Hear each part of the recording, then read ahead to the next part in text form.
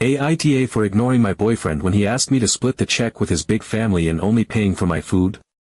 Then they demanded that I pay in full as an apology. So this happened recently, and I'm still a little rattled, confused, and honestly just hurt. I'm a 42-year-old woman and I've been dating my boyfriend David, who is 44, for about a year and a half. We both come from working-class backgrounds, but our families took very different approaches as they grew more financially stable. My parents, once they gained some economic progress, tried their best to give me a good life. I had access to nice things, good education, and experiences that helped shape me. David, on the other hand, grew up with a father who was not just frugal but downright antagonistic toward the idea of spending on his family. His dad accused David's mother of being a gold digger who used her children as pawns to bleed him dry. Eventually, he left her and remarried, leaving her with 4 children to raise, limited support, and what seems like a lasting chip on everyone's shoulder. Now, I knew his family dynamics were complicated, and I've tried to be understanding. I've always supported David emotionally and never made a big deal out of the fact that I earn significantly more than he does, about 5 times more, to be precise. It's never been an issue in our relationship.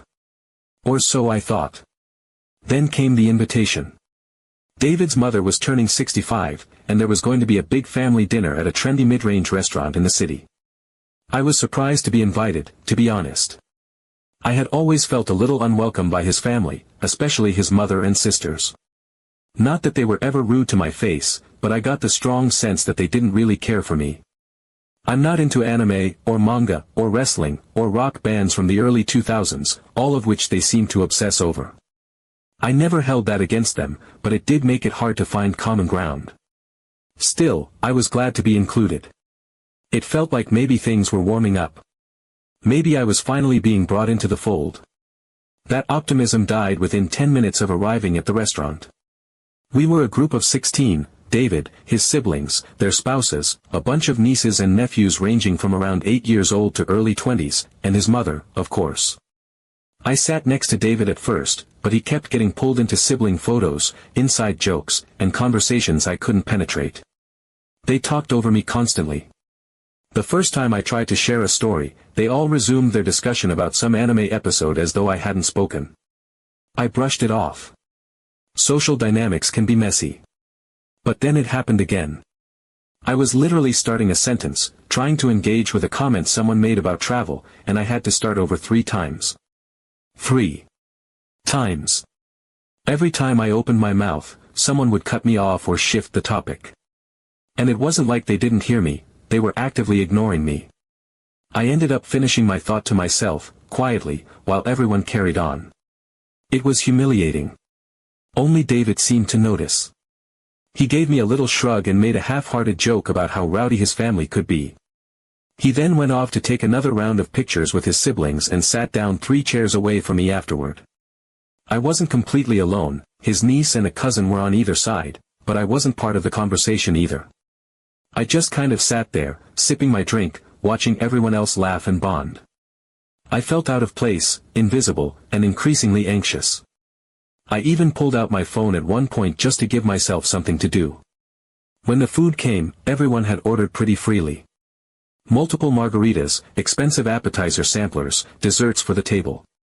I kept it modest. I had 2 soft drinks, 1 margarita, a bowl of soup, and a ribs plate. Nothing extravagant. I was honestly just trying to be polite and not make a big deal out of anything. Then the check arrived. It was a hefty one, unsurprisingly.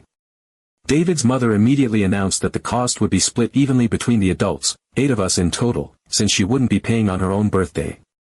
That meant about $160 to $170 per adult, regardless of what anyone had ordered. Now, I'm all for being generous. I'm not stingy with money.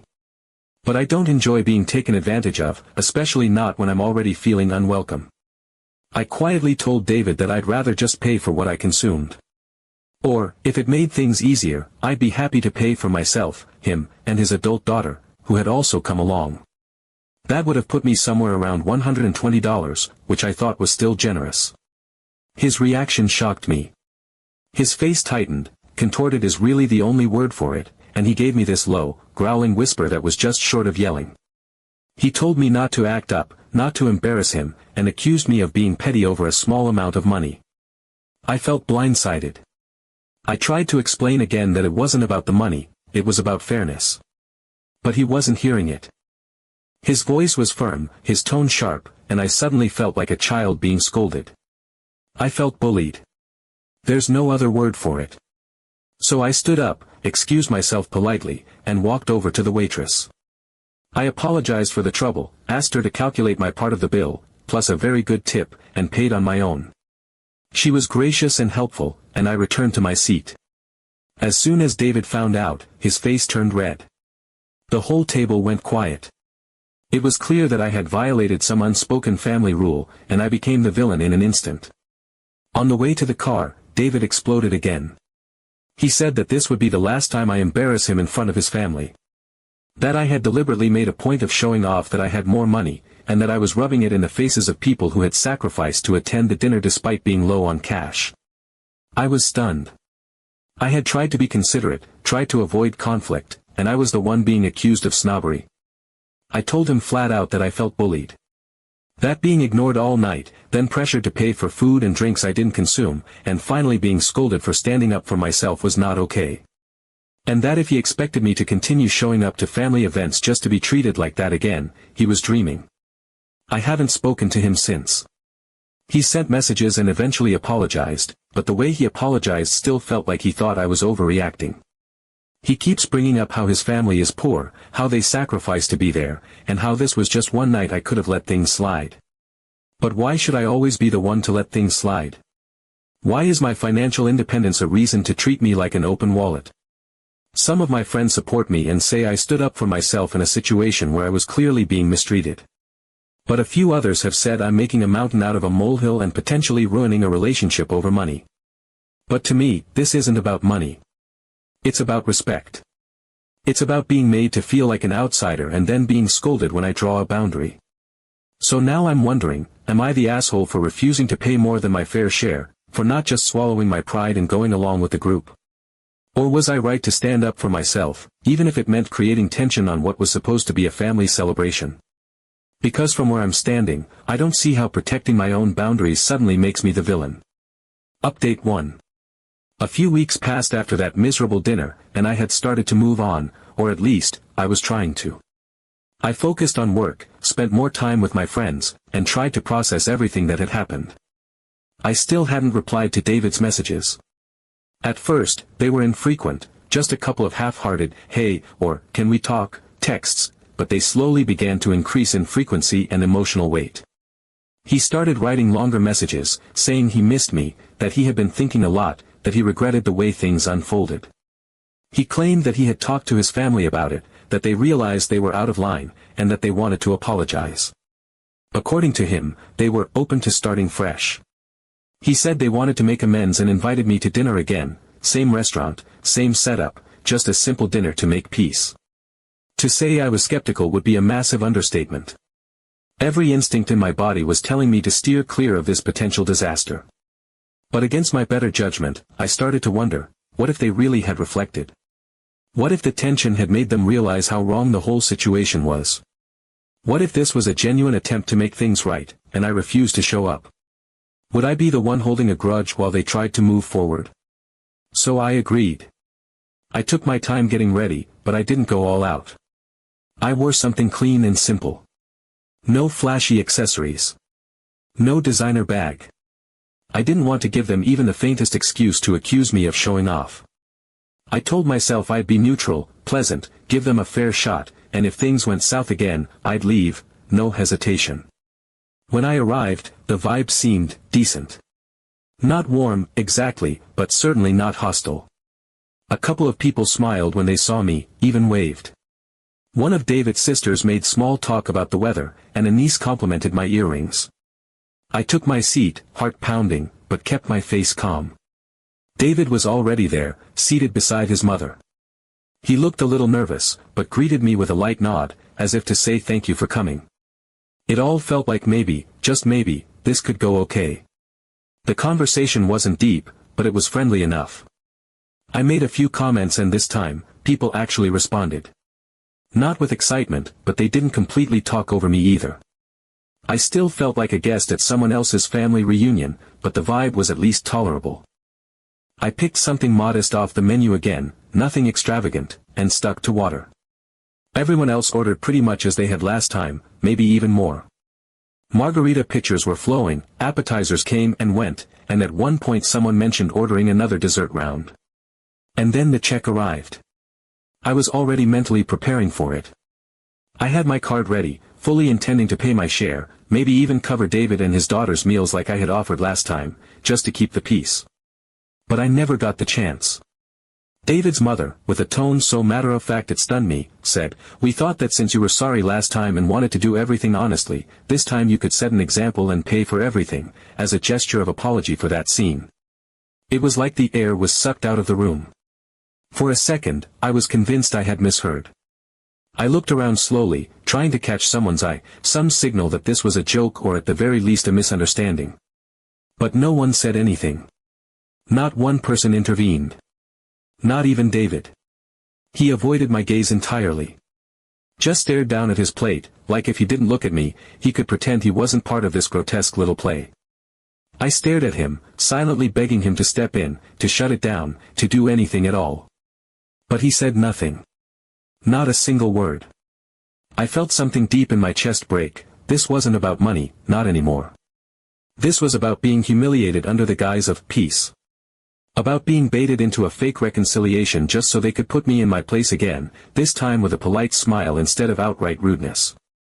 It was calculated, and it was cruel. I didn't raise my voice. I didn't make a scene. I just looked at his mother and said calmly that I would be paying for my own meal and no one else's. Then I stood up, walked to the waitress, who again was patient and kind, and paid for what I had ordered with a generous tip. As I stood there waiting for my receipt, I could feel all their eyes on my back, but I didn't turn around. I didn't want to give them the satisfaction of seeing my face. I walked out of that restaurant without looking back. I didn't call David. I didn't text him. I didn't block him either, but the silence was intentional. I didn't talk to them for a week. Update 2. It took time, but something shifted inside me. After that second dinner, after being invited under the guise of reconciliation only to be publicly cornered and humiliated again, I fell into a strange kind of stillness. The kind of quiet that comes after a storm, not because the world has calmed down, but because you've decided you're done trying to hold up the sky. The silence between me and David dragged on. He sent a couple of messages, light at first, tentative, almost cowardly, but I didn't reply. Not because I wanted to punish him. Not even out of anger. I had moved beyond that. I wasn't angry anymore. I was clear. There's a moment when you stop debating what you should tolerate and you just know. Not from logic or fear, but from something deeper. From exhaustion, maybe. Or self-respect. I wasn't sad. I wasn't heartbroken. I wasn't rehashing conversations in my mind or wondering if I should have spoken more gently, tried harder to explain, or looked at things from their side. I had done all of that already. I had twisted myself into all the polite shapes, worn all the social armor, tried all the diplomacy. I had shown up kind, open, giving. And they had shown up cruel. Passive-aggressive. Entitled. The second dinner, where they told me with a smile that I should set an example by paying for everyone as a gesture of apology, had stripped away every last illusion. That was not a misunderstanding. That was a test. A trap. A punishment dressed up as a chance to make peace. And David? David had watched it happen. Sat there in silence while his family took turns stabbing at my dignity with silver forks and folded napkins, and did absolutely nothing to stop it. The silence that followed didn't ache, it clarified. I realized something I should have seen much sooner. While I was trying to be gracious, fair, kind, even humble, I had been used. Repeatedly. That first dinner, they ignored me. Talked over me. Made me feel invisible, like I was lucky just to be there. Then they expected me to help pay for their celebration like it was a tax on being included. And when I had the nerve to opt out of being financially steamrolled, they made me the villain. The rich outsider. The ungrateful one. Then, when I gave them a second chance, when I let my guard down and walked back and hoping to mend something real, they pulled the same trick again, only this time, they wrapped it in smiles and called it tradition. They didn't want to make peace. They didn't want to accept me. They wanted to remind me of my place. Or rather, the place they thought I belonged in. Not one of them. Never one of them. Just the woman who made more money. The one who, in their minds, owed them something for that. The walking wallet. The ticket to nice things they'd never be able to afford on their own. They had no interest in building a bridge, they wanted to keep me on the other side of it and make me pay the toll just to get a seat at the table. So I decided if this was the game, I would play it. I wouldn't grovel. I wouldn't beg. I wouldn't try to be the bigger person and shrink myself down into something palatable. I would show them exactly who they were dealing with, but on my terms. I crafted the message to David carefully. I told him I wanted to make peace, to put the whole mess behind us once and for all.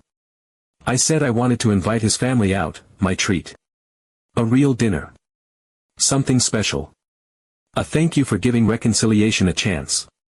He fell for it immediately. Told me this was what he had been hoping for. That this meant so much. That he was sure everyone would be thrilled. And they were. Within a day, the text started rolling in. His sisters sent heart emojis. One of them even called me a queen. His mother replied with a little smiley face and wrote, "That would be lovely, dear." The cousins, the in-laws, the whole crowd, everyone confirmed. There was a buzz. I could feel their anticipation through the screen.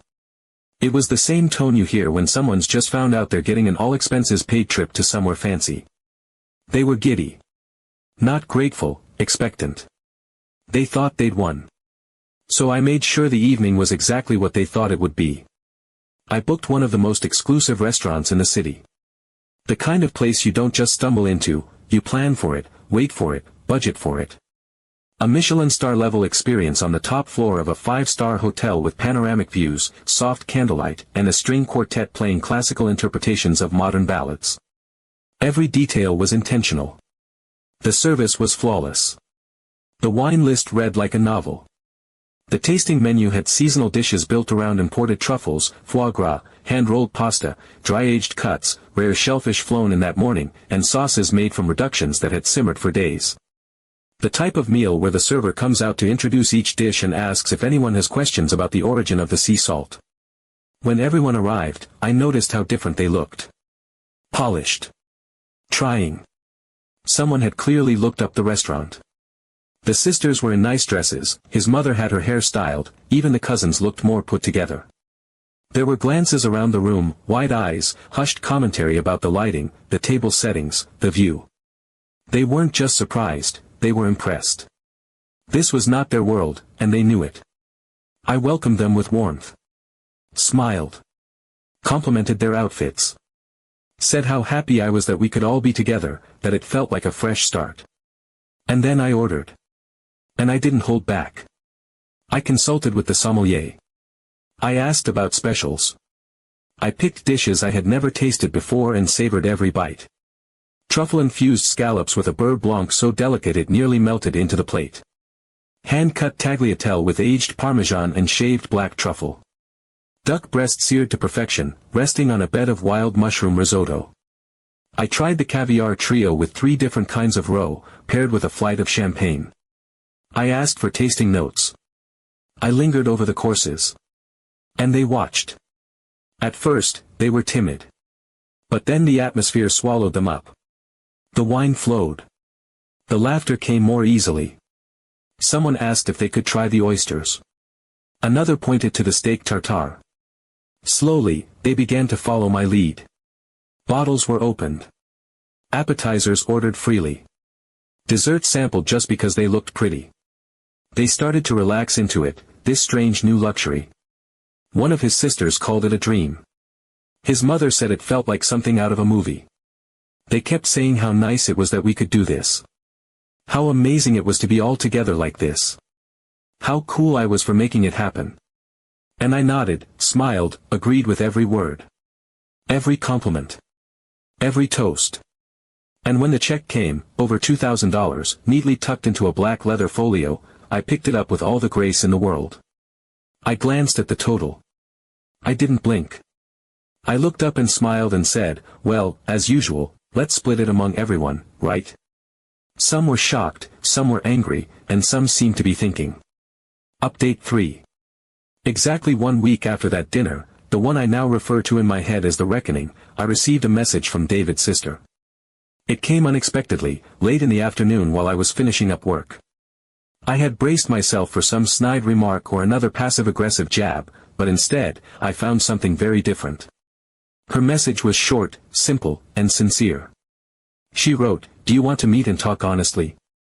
No emojis. No sarcasm. Just those words, direct and plain. I sat with the message for a few minutes, rereading it, trying to decide whether this was another trap or something real. I hadn't spoken to anyone in the family since that night. I hadn't responded to the shocked messages, the "what the hell just happened" texts, or the calls that came in over the next 2 days. I had been silent, not because I wanted them to stew in guilt, but because for the first time in a long time, I felt calm. In control. Unbothered. But that message, it pulled at something in me. I told her yes. We agreed to meet at a quiet, tucked-away coffee shop that had warm lighting and a big round table in the back. I arrived a few minutes early, half expecting her to show up alone, but then they came in, one after another. David. His 2 sisters. His 2 brothers. And even his mother. The entire inner circle. I felt like I had stepped into one of those infamous Reddit posts where the family finally gathers to say, "All right, who's the asshole here?" It was a surreal moment. No one was laughing. No one was smug. No one looked defensive or prepared to attack. They just looked tired. Like people who had finally realized that they'd been playing a game no one was winning. We sat down together, and the air was heavy with things unsaid. But they began. Gently. Slowly. The conversation that unfolded over the next 2 hours was something I hadn't thought possible. They admitted that they had treated me poorly. That their behavior at both dinners had been unfair, hurtful, and rooted in more than just rudeness. It had come from a place of deep, long-standing pain. One of the brothers said that ever since their father left, money had been a shadow in every room, a reminder of everything they didn't have. His sister added that growing up watching their mother struggle while their father lived comfortably with his new wife had left a bitter taste that never fully faded. Over the years, that bitterness turned into suspicion, toward anyone who seemed to have it easier, toward women who were perceived as doing better, toward anyone who reminded them, consciously or not, of the divide. I listened, taking it all in, not saying much at first. When I finally spoke, I told them I understood, that I wasn't heartless or oblivious. I knew what resentment looked like. I knew what it felt like to carry scars from the past. But I also told them, firmly, that I was not their father. I wasn't the villain from their childhood, I wasn't the person who abandoned them, or chose comfort over responsibility. I was just a woman who cared about their brother. Who wanted to support her partner. Who tried to show up with kindness, only to be met with suspicion and hostility because I didn't fit their expectations of what one of them should look like. I told them that I had tried to meet them halfway. That I had sat through being talked over, ignored, and guilt-tripped. That I had offered fairness and was met with manipulation. That I had given them chances, not out of obligation, but because I genuinely believed in treating people with grace. And that last dinner? That was me giving them a taste of their own rules. Not to humiliate, not to retaliate, but to reflect. To show what it felt like when the game they played was flipped back onto them. David didn't say much. He sat quietly for most of it, eyes downcast, hands clasped in front of him. He looked like someone caught between shame and realization, as if the weight of the last few months had finally settled into something heavy and immovable in his chest. And when the silence stretched and no one knew what else to say, he looked up at me and said, "Maybe I don't deserve you." For the first time in a long time, I didn't rush to comfort him. I didn't downplay his words. I didn't offer a soft landing. Because the truth was, he was right. In that moment, I completely agreed with him. Not out of superiority or spite, but because I had been showing up with loyalty, empathy, and patience, and he had allowed me to be made into a scapegoat. Over and over again. I thanked them for their honesty. For sitting down. For speaking plainly. I didn't cry. I didn't storm out. There was no dramatic goodbye. Just clarity. I stood up, told them I appreciated the talk, and said goodbye. And this time, I walked away not with heartbreak, but with peace. David and I didn't break up on the spot. But the dynamic changed. He admitted his mistakes, not just to me, but to himself. He apologized for being passive, for not defending me, for letting old wounds dictate present choices. And as weeks passed, our relationship began to rebuild, slowly, differently. He started showing up in ways he hadn't before. With intention. With accountability. With presence. And as for me, I didn't lose myself in this mess. I didn't let bitterness swallow me whole. I didn't become smaller to fit someone else's discomfort. In fact, I found something I hadn't realized I'd been missing, my own boundaries. My own voice. My own center. That dinner, the one that cost me over $200 and some raised eyebrows, was expensive, yes. But it was also valuable. It was a line drawn in velvet and stone. It reminded me that I do not need to earn respect by paying for it, that I do not need to tolerate being diminished to be loved. So, even though it was an expensive but very valuable dinner,